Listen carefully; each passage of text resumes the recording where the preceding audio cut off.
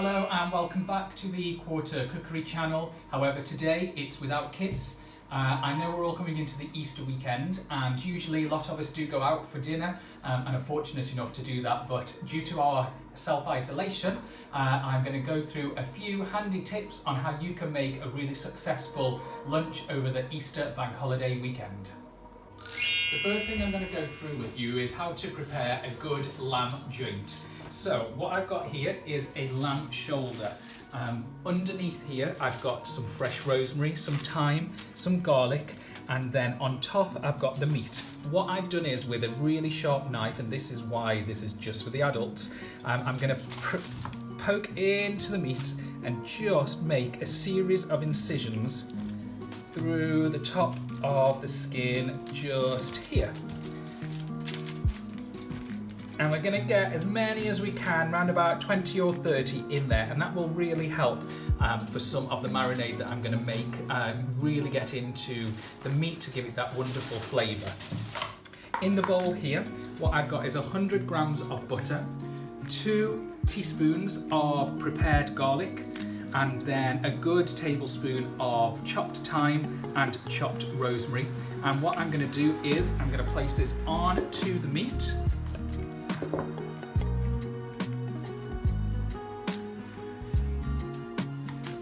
And then using my fingers, I'm going to start to take it all over the top of the meat, spreading it down. And when we get to those incisions, just trying to push a little bit into each of those little areas here. What will happen then is, as that cooks, that butter is going to melt, and the garlic, the butter, the herbs are going to start to seep into those gaps in the meat and really start to help, one, to keep it moist, but two, to add some really depth of flavour. So we've got the butter going through the top, but again at the bottom we've got that garlic and we've got that rosemary going through the bottom of the meat, which is going to give just that wonderful taste. We've got our butter on top of the lamb just now. I'm going to give it a really good season. Lots of cracked black pepper and also sea salt. One of the things that I think is really good to do, especially when you are cooking a meal that's going to have quite a few components, which actually a kind of Sunday lunch, a roast dinner, is a lot more complicated than people think, because it's all about timing and having all of the different items and components of that meal all ready at the same time. So I'm preparing this meat now, and then this will sit in the fridge overnight. And then what I will do kind of a few hours before I'm due to start the cooking, I will get this out of the fridge so that it brings itself back to room temperature. It's really important to do that before you put meat into the fridge. If you put the meat into the oven, if you put it straight from the fridge into the oven, what happens is the central temperature of that meat is really cold, which means the cooking time alters from what you would have as a recommended cooking process. So bringing it down to room temperature means that when you pop it into the oven, you're going to get a much kind of faster and a much more relevant cook time. This is about 2 kilograms here, and I would recommend, first of all, a cook with the full wrap of foil on for about 30 to 40 minutes. Then take the foil off and you're looking to cook for another 50 to 60 minutes. Obviously that will determine on your personal oven, and you know what's best. Once you've got to that last bit of the cooking, just keep looking, pressing the meat. And again, if you like it quite pink in the middle, then you might want to take it out a little bit sooner, or if you like it to be cooked all the way through, then just leave it in a little bit longer. If it does start to catch, put that foil back on and let it continue to cook. However, the important thing is, especially with your red meat, once you take it out of the oven, you need to let it sit and rest for a good 15 to 20 minutes with that foil over to keep it warm, just so that all the kind of juices in there seep back into the centre to keep it really lovely and moist. Once you have let it rest, then it's ready to carve, and I do recommend as well carving before you go to the table. Then you've got everything done, it's not wasting time, you can have all the elements of your Easter lunch all ready at the same time. The next dish I'm going to prepare for you is a fish alternative for those people that maybe don't like meat. or maybe vegetarians who are occasional pescatarians. It's a really good one-pot alternative that you can pop into the oven and cook alongside everything else. So we're going to start first with about 500 grams of new potatoes. With that, you're going to do a good couple of tablespoons of olive oil. In here, we've got about 2 big tablespoons of peeled garlic for flavour. We're going to give them a good season with both salt and pepper.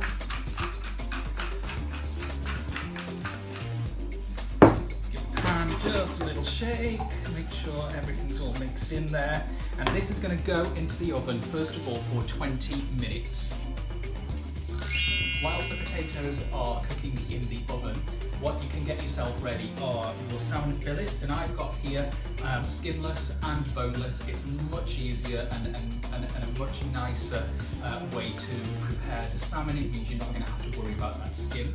I've also got asparagus, and another great tip to get is some frozen asparagus. It's really good to keep in the freezer, and then you can just pull it out and you can actually cook it straight from the freezer into the dish, no worrying about boiling water, and it really also is a good healthy option. It keeps them vitamins right into the asparagus. We've also got cherry tomatoes and some cubes of lemon, butter, parsley and white wine, and again we'll finish with a little bit of seasoning.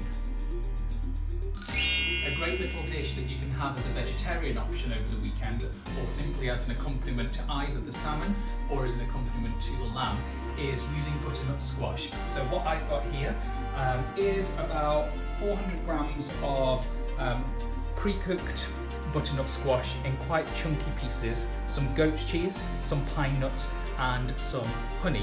And all we're going to do is we're going to create a nice goat's cheese crust here, and the sweetness of the butternut squash and that slight sour goat's cheese flavour is just really lovely together. In here then we're going to add about 25 grams of pine nuts just to give a slightly different texture within here, and you want that to drop all the way in, and it's almost like creating a little kind of squidgy and crunchy crust all at the same time, and really push those all down so that we get that lovely mix within here. Then we're going to start adding a little bit of extra seasoning, some pepper,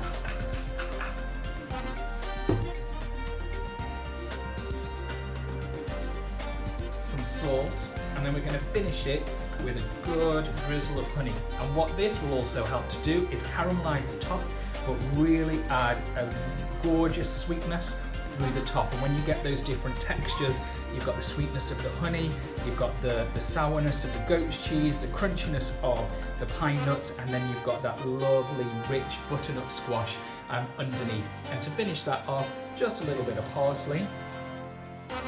And then this can sit just on the side, ready to go into the oven, and we would probably bake this for about 15 to 20 minutes until we get a really soft goat's cheese topping that's browned and it's caramelized and it's really rich and ready to go.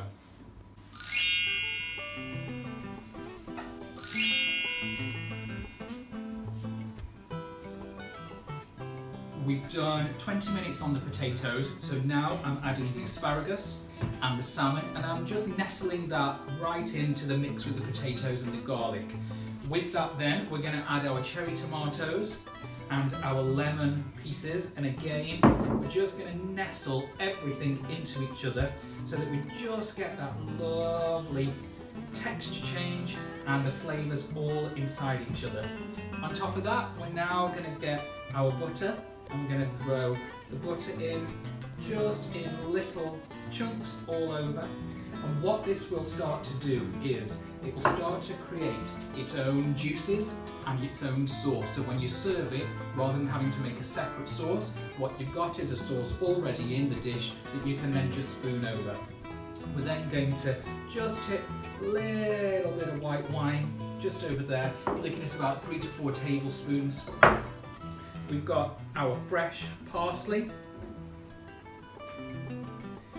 We're going to do one more little season just over the top.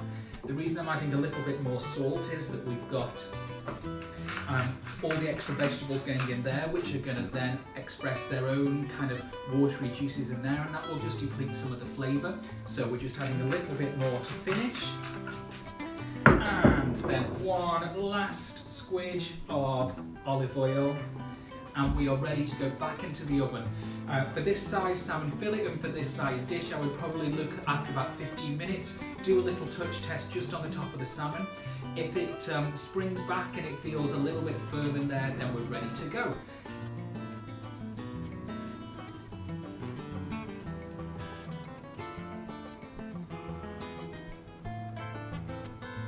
So at the same time as putting in our salmon, we're going to put in the butternut squash with the goat cheese, pine nuts and honey. They should pretty much be done at exactly the same time. If it is that the goat cheese hasn't quite caramelised, one thing you can do is whip it out of the oven, pop it onto the grill and just finish it off nicely. Everything is now cooked and we have our delicious salmon dish with the asparagus, the cherry tomatoes, the garlic, the lemon, the butter in there, and it's just created its own delicious juice. And then just on the side here we've got the butternut squash with the tangy goat cheese, the pine nuts and the parsley on top with that honey glaze, and we literally have a beautiful dish that you can make within minutes and cook not much longer and enjoy with your family over the Easter weekend.